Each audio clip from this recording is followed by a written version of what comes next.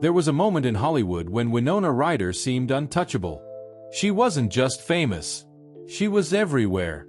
The face of outsider youth. The dark-haired girl with haunted eyes who somehow made sadness look beautiful. Directors wanted her. Audiences trusted her. Critics adored her. By the early 1990s, she had become something rare in Hollywood.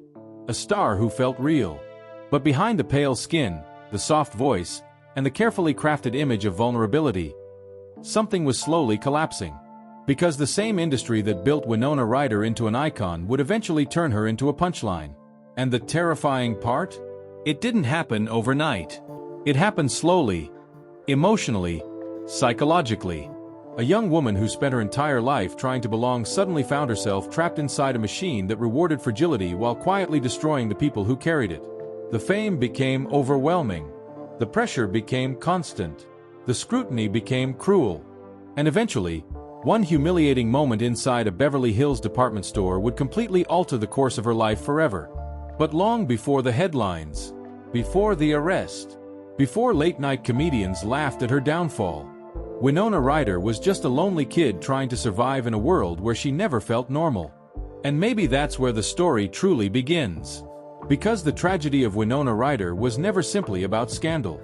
It was about what Hollywood does to people who were emotionally unprepared for the weight of becoming an icon. Born Winona Laura Horowitz in 1971, she grew up far away from the glamorous world that would later consume her. Her parents were intellectuals, writers, and cultural outsiders deeply connected to counterculture movements. The environment around her was unconventional, artistic, and politically progressive, but also unstable at times. For part of her childhood, her family lived on a remote commune in Northern California without electricity. No television. No celebrity culture. No Hollywood fantasy. Just books, isolation, and imagination. It shaped her deeply. Even as a child, Winona appeared unusually introspective, sensitive, quiet, emotionally observant. She later described herself as someone who always felt slightly disconnected from everyone around her. That feeling of being an outsider would eventually become the very thing audiences connected to most. But during childhood, it was painful. At school, she struggled socially. She was bullied heavily after cutting her hair short, with classmates reportedly mocking her appearance and sexuality. The experience left permanent emotional scars. She withdrew inward, developing the nervous self-consciousness that would follow her for years. And ironically, those insecurities became part of her magic on screen. Because Winona Ryder never looked like a traditional Hollywood star. She wasn't glamorous in the classic sense. She didn't carry herself with loud confidence or polished perfection. Instead, she projected vulnerability, intelligence, emotional awkwardness. Audiences looked at her and saw someone human. That made her different. And in the late 1980s, different became powerful. Her entry into Hollywood happened unusually fast. After attending acting classes in California, she was spotted for her raw presence almost immediately. She made her film debut in Lucas in 1986, but it was one bizarre gothic comedy that changed everything. Beetlejuice. Directed by Tim Burton, the film introduced Winona Ryder to mainstream audiences as Lydia Dietz, the pale, morbid teenager obsessed with death and misunderstood by everyone around her.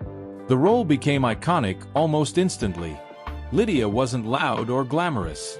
She was strange, detached, melancholic, and young audiences loved her for it. At a time when Hollywood was filled with polished teen stars, Winona Ryder felt authentic. She represented kids who didn't fit in. Kids who lived inside their own heads. Kids who felt emotionally out of place. Without realizing it, she became the unofficial face of alternative youth culture before that term was even fully mainstream. And Hollywood noticed. Suddenly, she wasn't just another young actress anymore. She was becoming a symbol. Then came Heathers. Dark, cynical, violent, and deeply satirical, the film would later become a cult classic. At the time, though, it felt dangerous. Winona played Veronica Sawyer, a teenager trapped inside a toxic social hierarchy spiraling toward destruction.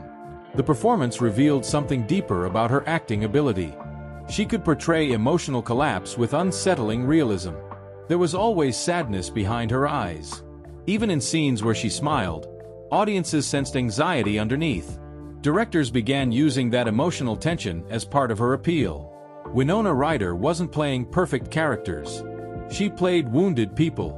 And somehow, that made her one of the biggest young stars in America.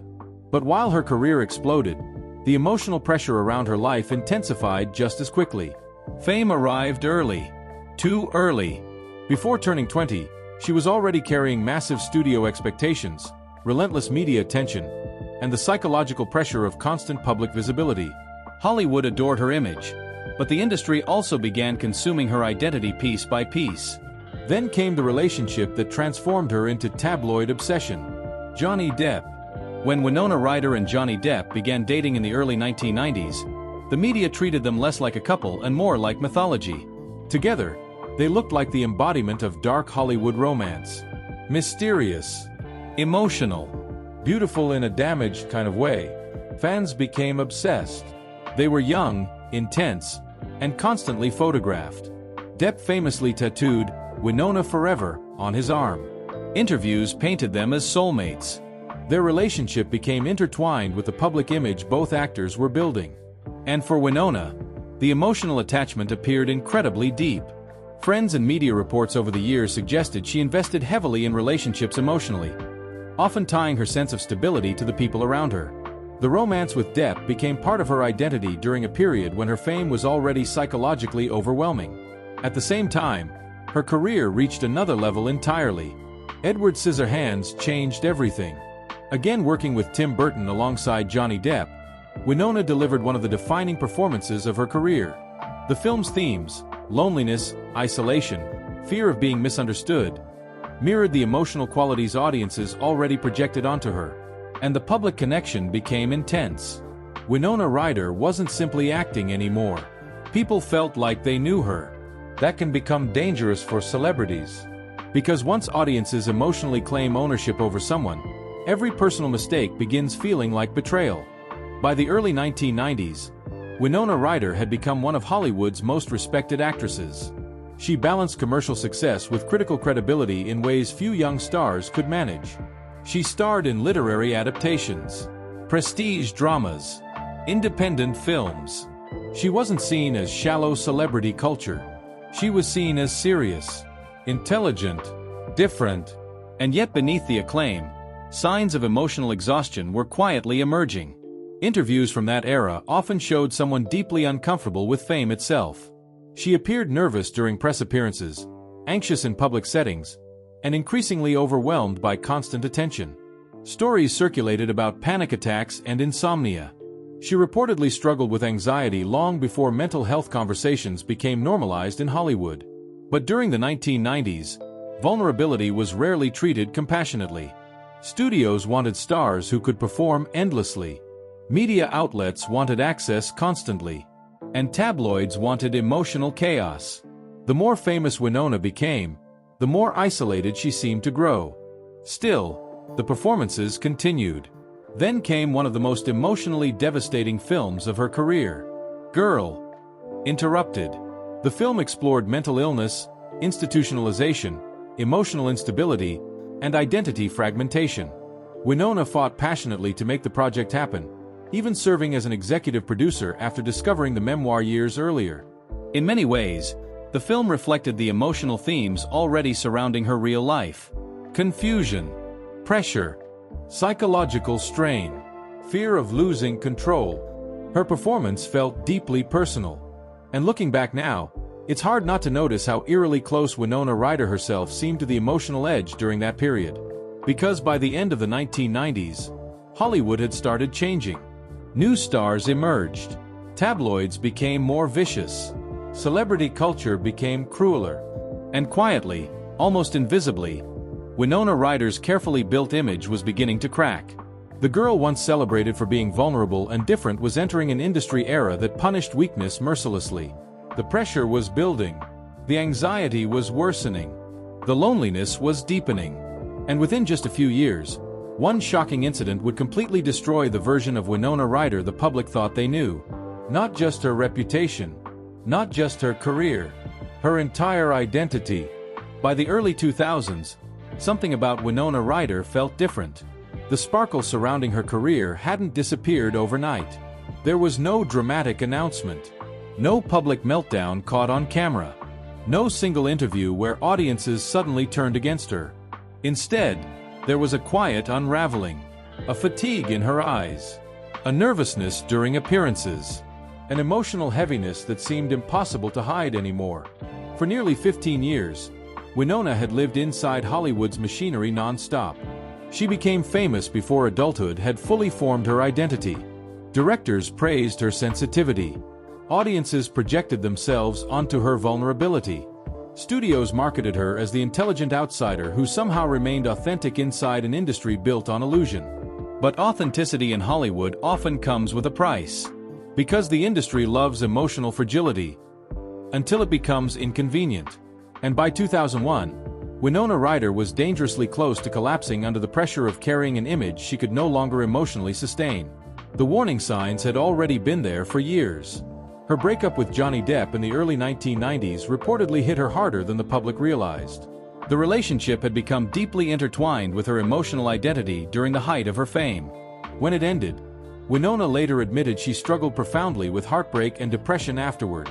At only 19 years old, she suddenly found herself navigating global celebrity while emotionally devastated. And Hollywood offered very little protection. There was no pause button, no mental health support system, no public empathy for emotional instability. Celebrities were expected to continue performing no matter what was happening internally. Winona kept working. Film after film, interview after interview, premiere after premiere. But internally, the emotional exhaustion appeared to deepen. Reports throughout the late 1990s increasingly describe her struggling with anxiety and insomnia. She spoke publicly about panic attacks. There were growing rumors surrounding prescription medication use, though much of the media coverage blurred the line between legitimate concern and invasive speculation. And that distinction mattered, because late 1990s celebrity culture had become vicious. This was the era when tabloids openly mocked women for emotional struggles. Young actresses were photographed relentlessly, criticized endlessly, and psychologically dissected for entertainment. Vulnerability wasn't treated as something human. It became content. And Winona Ryder, shy, anxious, emotionally guarded, was almost perfectly designed to become a target once her image started slipping. Professionally, the momentum of her career also began slowing. Not dramatically at first, but enough for Hollywood to notice. Some films underperformed. Industry trends shifted. A younger generation of actresses arrived. Executives who once saw Winona as the future suddenly viewed her as part of a fading era of 1990s cinema. That transition can be brutal in Hollywood, especially for women. Male actors were often allowed to age, stumble, disappear temporarily, then return with prestige attached to their survival. Female stars rarely received the same grace. Once public perception changed, careers could collapse frighteningly fast. And in Winona's case, the collapse would come through one moment so humiliating that it completely erased years of artistic credibility almost instantly. December 12, 2001. Beverly Hills. The luxury department store Saks Fifth Avenue. At first, nobody understood what was happening. Store security detained Winona Ryder after accusing her of shoplifting thousands of dollars worth of merchandise, including clothing, accessories, and beauty products. Reports claimed security cameras captured her removing tags and concealing items while shopping inside the store. Then came the arrest. The mugshots. The headlines. The television coverage. America was stunned. Not because celebrities hadn't been arrested before, but because it was Winona Ryder, the intelligent actress, the respected performer, the former indie darling once associated with emotional depth and artistic credibility. Suddenly, she was being discussed like a tabloid criminal, and the media absolutely devoured it. Late-night comedians mocked her relentlessly. Newspapers treated the case like dark comedy. Television coverage became obsessive. Every court appearance turned into spectacle. The public humiliation was enormous. And almost immediately, the narrative surrounding Winona changed from talented actress to unstable celebrity. That transformation was devastatingly fast.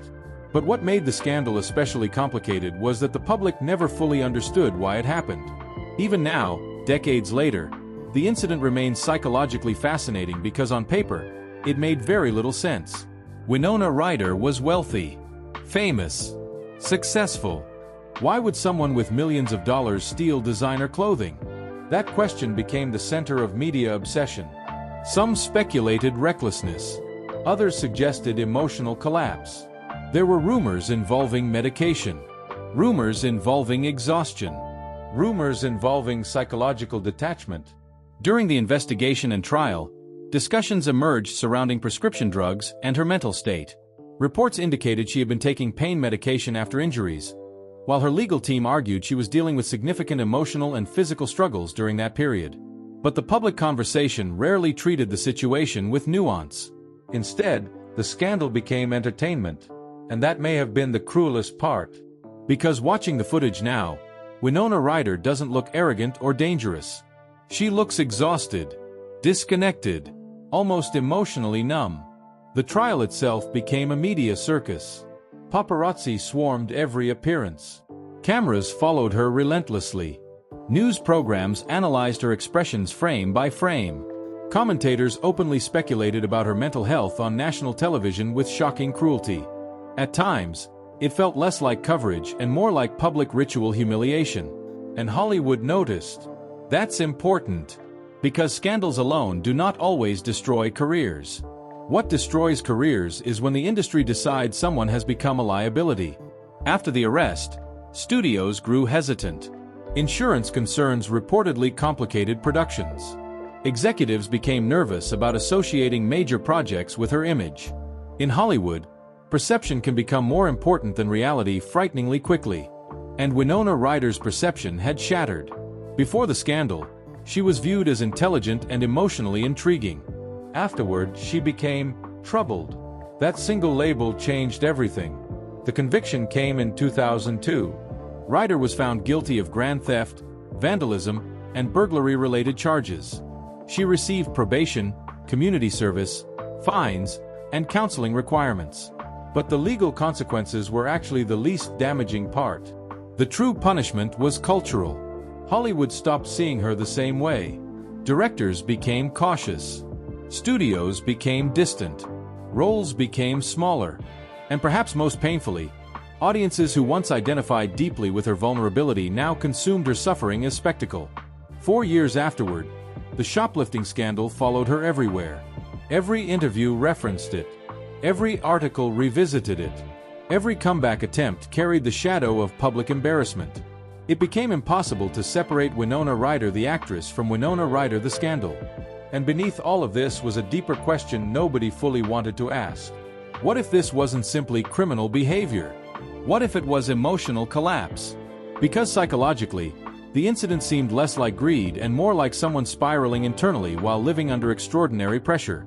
Many former child and young adult stars eventually described fame as emotionally disorienting. Constant surveillance can fracture identity. Public expectation creates anxiety. Isolation intensifies. The line between performance and reality slowly disappears. Winona Ryder had spent most of her life being observed, judged, projected onto, consumed. By 2001, she reportedly struggled with severe insomnia and anxiety. She later spoke about feeling disconnected from herself during that period. Some observers argued the shoplifting incident resembled self-destructive behavior more than calculated theft, the kind of irrational decision someone makes while psychologically overwhelmed. But America in the early 2000s had little patience for celebrity vulnerability, especially from women. Instead of asking why someone who appeared emotionally fragile had reached a breaking point, much of the media framed her as ridiculous. The jokes became endless. And slowly, something tragic happened. Winona Ryder, once one of the most respected actresses of her generation, became culturally frozen in time as a scandal rather than an artist. The industry moved on. New stars replaced her. New tabloid obsessions emerged. Meanwhile, Winona seemed to vanish into the background of Hollywood almost entirely. And that disappearance lasted far longer than most people realize. For much of the 2000s, she existed in a strange space between fame and exile. Still recognizable. Still famous. But no longer truly welcomed at the center of the industry she once dominated. The roles that came afterward often felt smaller. quieter, less celebrated.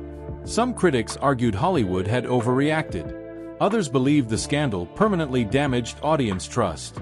But beneath the debate was an uncomfortable truth. Hollywood has always loved redemption stories. Just not for everyone. And for years, it seemed like Winona Ryder might never fully recover from the moment that changed her life forever. For a long time after the scandal, Winona Ryder felt like a ghost wandering through Hollywood. Not completely erased. Just distant. Like someone the industry no longer knew what to do with. And maybe that was the strangest part of her downfall. She didn't disappear in some explosive collapse. There was no dramatic overdose, no endless string of arrests, no public breakdown spiraling across television screens for years. Instead, Winona Ryder experienced something quieter. Hollywood simply stopped believing in her. After the 2001 shoplifting scandal, the industry's attitude toward her shifted almost immediately. Projects became harder to secure.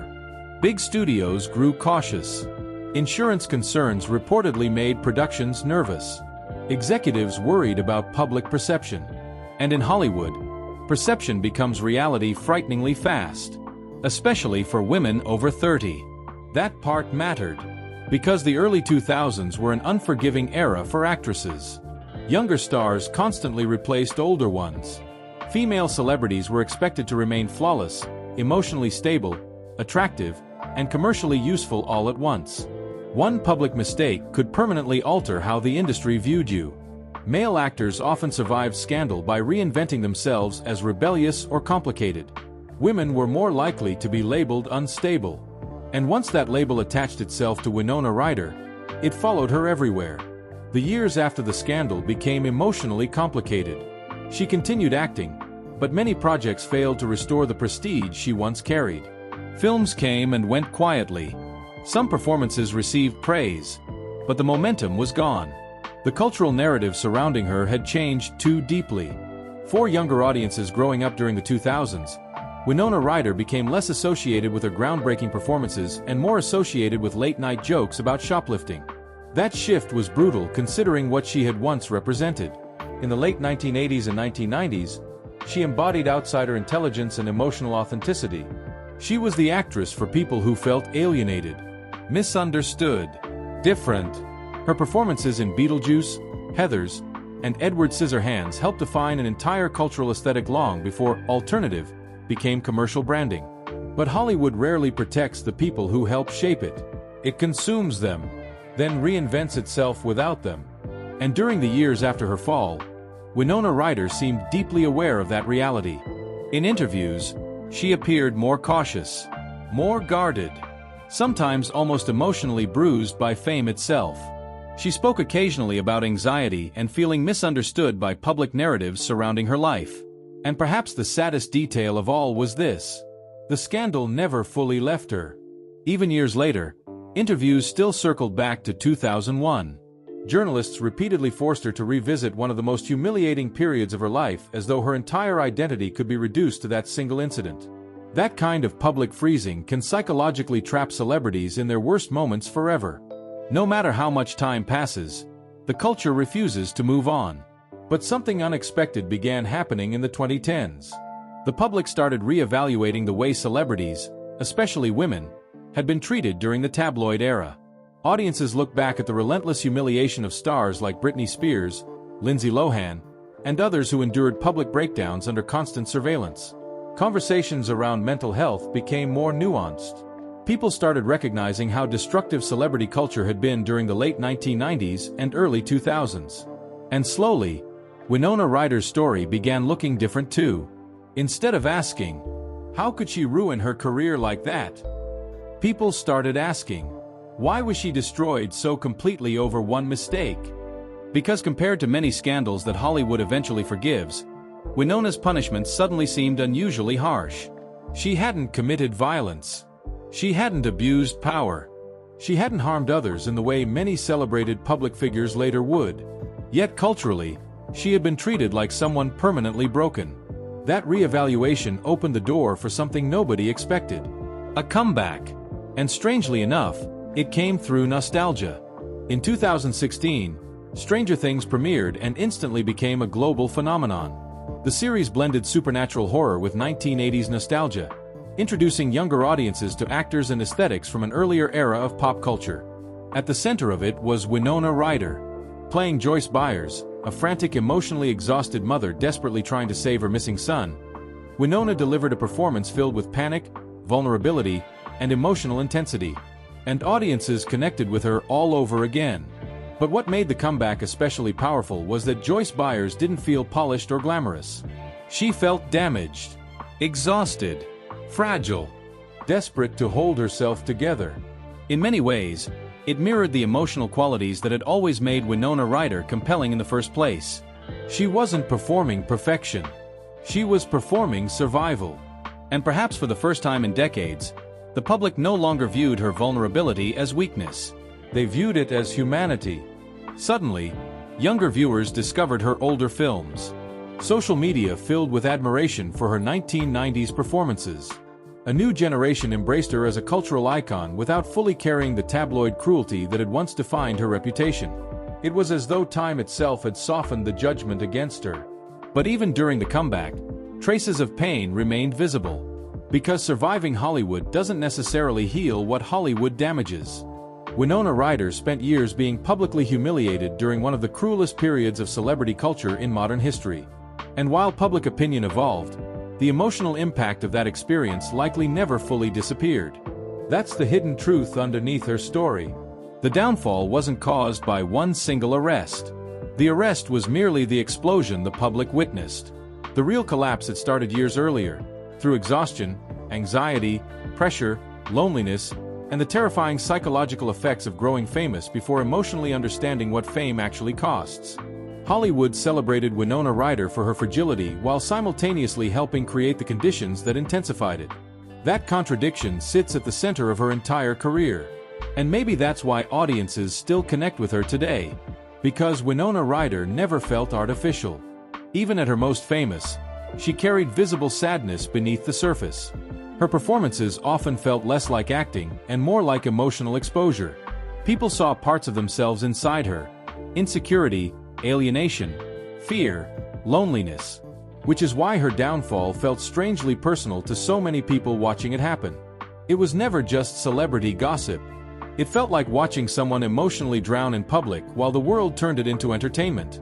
And looking back now, decades later, the question becomes more complicated than the title itself. Did Winona Ryder ruin her career? Or did Hollywood abandon someone the moment her vulnerability stopped being marketable? Because the industry that once celebrated her sensitivity showed remarkably little compassion once that sensitivity became messy in real life. One mistake became a permanent scar. One breakdown became a cultural identity. And yet somehow, she survived it. Not perfectly. Not cleanly. Not with some triumphant Hollywood ending. But she survived long enough for the world to reconsider who she really was beneath the scandal. Today, Winona Ryder occupies a strange and fascinating place in Hollywood history. She's both a cautionary tale and a survivor. A symbol of 1990s cinema. A victim of tabloid-era cruelty. An actress who lost everything publicly. And slowly rebuilt herself in front of a generation willing to see her differently. And perhaps that's why her story still resonates. Because beneath the fame, the scandal, the headlines, and the downfall, Winona Ryder's story was never truly about shoplifting. It was about loneliness, about pressure, about identity collapsing under the unbearable weight of public expectation, and about how fame can quietly destroy people long before the world notices they're falling apart. In the end, Hollywood didn't just create Winona Ryder. It helped break her too.